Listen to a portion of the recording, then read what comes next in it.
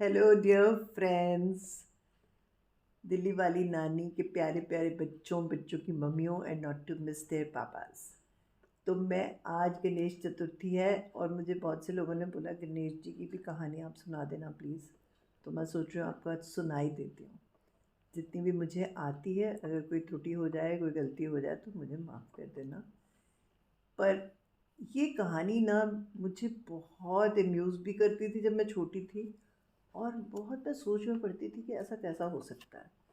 अब कई चीज़ें, कई कहानियाँ हमारी इंडियन मैथोलॉजी में और पुरानी कथाओं में ऐसी हैं जो देखने में तो पॉसिबल लगता ही नहीं है ना, पर इतनी मज़ेदार है, इतनी मेलोड्रामेटिक है कि मज़ा आ जाता है पढ़ने में और सोचने में, है ना।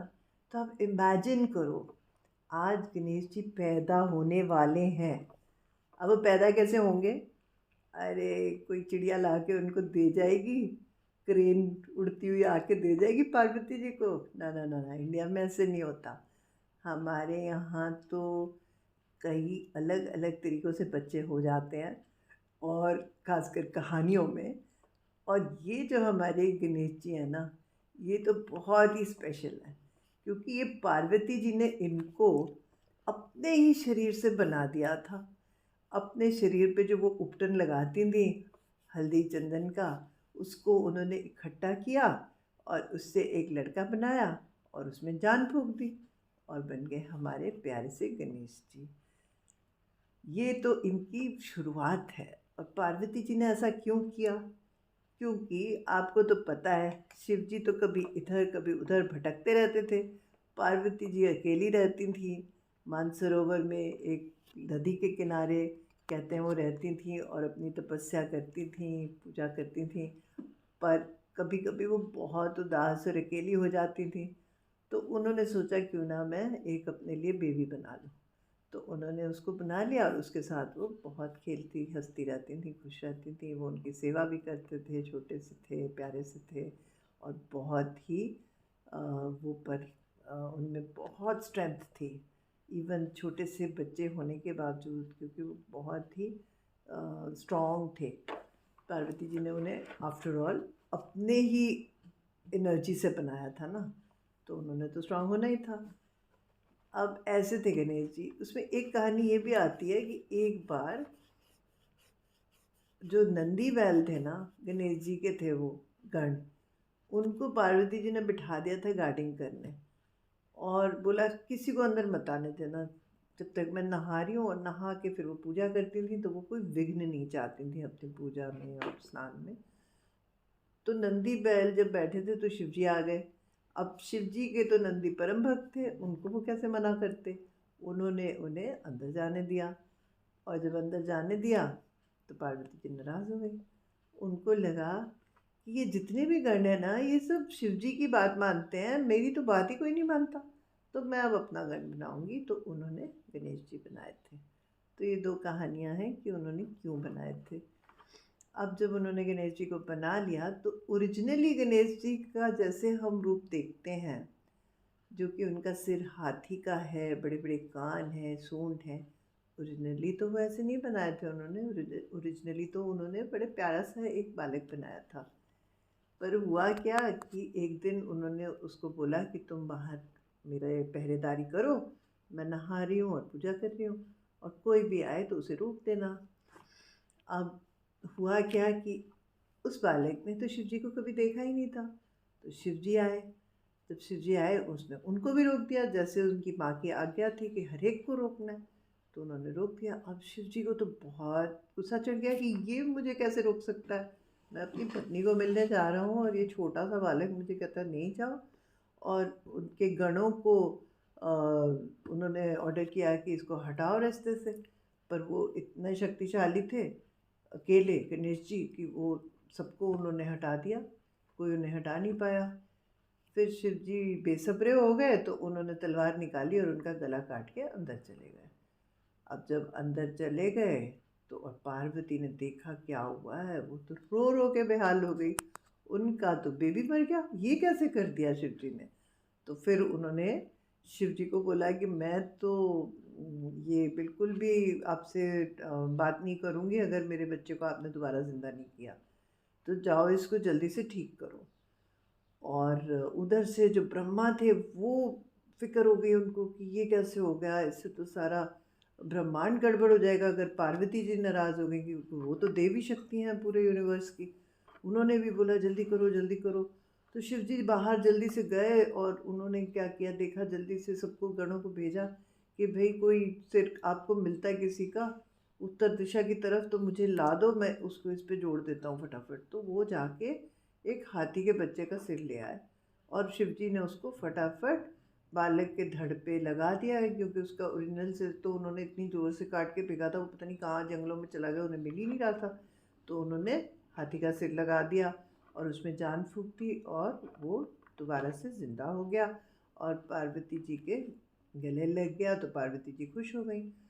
पर फिर पार्वती जी ने बोला, अरे ये कैसा रूप दे दिया आपने मेरे बेटे को, ये ना हो कि इसका सब व्यंग करें कल को।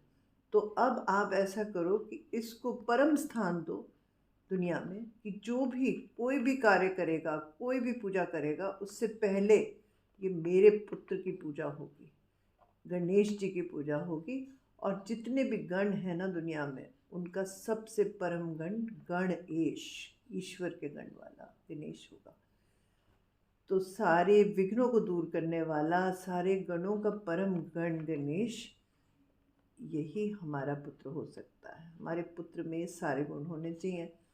तो शिव जी ने तथास्तु कह दिया और तब से हमारे जो गणेश जी हैं वो प्यारे से गणेश जी, बाल गणेश जी, इस दुनिया के लिए, हम लोगों के लिए शिव पार्वती जी ने बना दिए। तो वैसे माना जाता है गणेश जी शिव पार्वती जी के पुत्र हैं और वो सारे गणों के लीडर हैं। तो जब हमें प्रेयर्स करनी है ना, तो दुनिया में इतने गण हैं, इतनी चीज़ें, हर एक के लिए अलग अलग अलग अलग प्रे करने के बदले अगर हम गणेश जी की प्रेयर कर लेते हैं तो सभी उनके अंडर आ जाते हैं। तो एक तो ये शॉर्टकट है कि अगर आपने दुनिया की हर चीज़ के लिए प्रे करना है तो आप गणेश जी के लिए प्रे कर लो। दुनिया की जितनी भी नेगेटिव चीज़ें होंगी ना, वो अपने आप गणेश जी हटा देंगे, क्योंकि आपने उनको प्रे कर लिया। इसीलिए वो विघ्नहर्ता कहे जाते हैं, सारे ऑब्स्टिकल्स दूर कर देते हैं। तो ये तो है रीज़न और ये है उनका रिज़ल्ट। तो ये प्यारे से गणेश जी इतने हजारों सालों से पूजे जाते हैं, हर पूजा से पहले इनको पूजा जाता है और ये इतने सुंदर लगते हैं सबको। इनकी आकृति इतनी सुंदर लगती है कि जो नहीं भी पूजा करते ना, मैं फॉरेन कंट्रीज़ में गई हूँ, लोग गणेश जी खरीद खरीद के कलेक्ट करते हैं। इंडिया में भी बहुत से लोग ना गणेश जी कलेक्ट करते हैं, मेरी बेटी भी बहुत करती थी। बहुत सारे गणेश जी थे हमारे पास, कोई ढोल बजाते हुए, कोई नाचते हुए, कोई बैठे हुए, कई किस्म के गणेश जी। और हर कोई दुनिया का ऐसा मेटल मट्टी चीज़ नहीं होगी जिससे गणेश जी ना बने हो, क्योंकि आर्टिस्ट भी जितने हैं वो चाहते हैं कि पहले गणेश जी की प्रतिमा बनाएं फिर और कोई प्रतिमा बनाएं। है नहीं अच्छी बात?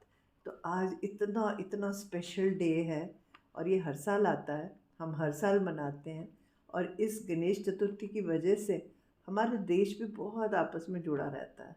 ये जितने भी पूरी दुनिया में हिंदू भी हैं और लोग हैं जो ये मानते हैं कि हमें अच्छी एनर्जी से कनेक्ट होना है और नेगेटिव एनर्जी से परे रहना है, वो सब गणेश जी से जुड़ जाते हैं। It is very mystical, very magical, है ना?